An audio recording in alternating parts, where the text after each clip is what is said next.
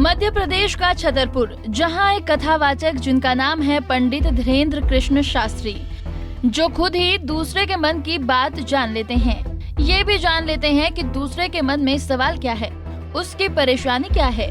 आपने इनके कई वीडियोस फेसबुक और यूट्यूब पर देखे होंगे, जिसमें बाबा मंच के नीचे खड़ी हजारों की भीड़ में से किसी एक शख्स का नाम लेकर बुलाते हैं, फिर कहते हैं कि आप सवाल पूछो।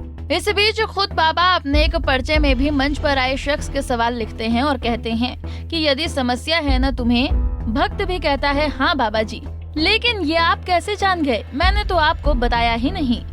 बाबा के इसी काम को कुछ लोग चमत्कार कहते हैं तो कुछ कहते हैं दिव्य शक्ति, लेकिन अब उनकी इसी दिव्य शक्ति की वजह से अजीब ही बवाल मचा हुआ है।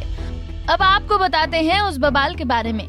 दरअसल कुछ दिनों पहले कथावाचक पंडित धीरेन्द्र कृष्ण शास्त्री नागपुर गए। इस बीच राम कथा के दौरान उन्होंने दिव्य दरबार भी लगाया। इसी दिव्य दरबार को लेकर अंधश्रद्धा निर्मूलन समिति के संस्थापक जादू टोना विरोधी नियम जन जागृति प्रचार प्रसार समिति के सह अध्यक्ष श्याम मानव में न सिर्फ पुलिस को शिकायत की, बल्कि ये आरोप तक लगा डाला कि बाबा बागेश्वर की कथा 5 से 13 जनवरी तक होनी थी, लेकिन वो 2 दिन पहले ही नागपुर से भाग गए। इस बीच श्याम मानव ने बाबा पर कार्रवाई की मांग की और कहा कि हमारी समिति अपने 10 लोगों को धीरेन्द्र कृष्ण शास्त्री के सामने लेकर जाती, उन्हें अपने अंतर्ज्ञान से उनके बारे में बताना था। इसमें उनका नाम, नंबर, उम्र और उनके पिता का नाम बताना शामिल था। इसके अलावा पास के कमरे में 10 चीजें रखते, उन 10 चीजों को उन्हें पहचानना था।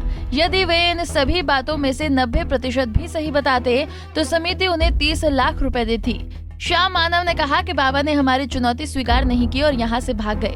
अब शुरू होती है दूसरी कहानी, जिसमें पंडित धीरेन्द्र शास्त्री जब कैमरे पर गए तो उन्होंने कहा कि हमें इस चैलेंज का पता अब चला है। बाबा ने समिति का चैलेंज स्वीकार करते हुए कहा कि आप रायपुर आइए, यहाँ तक आने का किराया हम आपको देंगे। सुनिए पंडित धीरेन्द्र शास्त्री का बयान।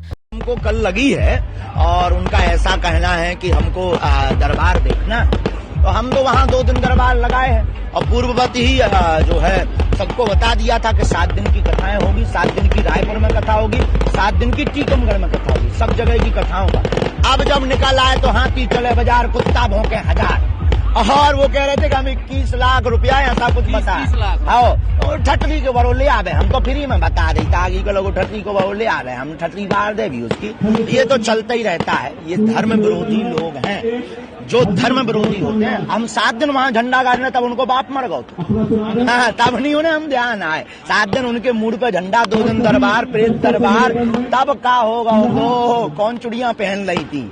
अब अबे भी दरबार लग रहा, बागेश्वर धाम पे लगेगा, रायपुर में लगेगा और पूरे भारत में लग रहा है। और हमको किसी प्रमाण पत्र की आवश्यकता नहीं है, क्योंकि हम प्रमाण पत्र लेने के चक्कर में नहीं है, ना हम कोई दावा करते, ना हमारे पास कोई सिद्धि है, ना चमत्कार।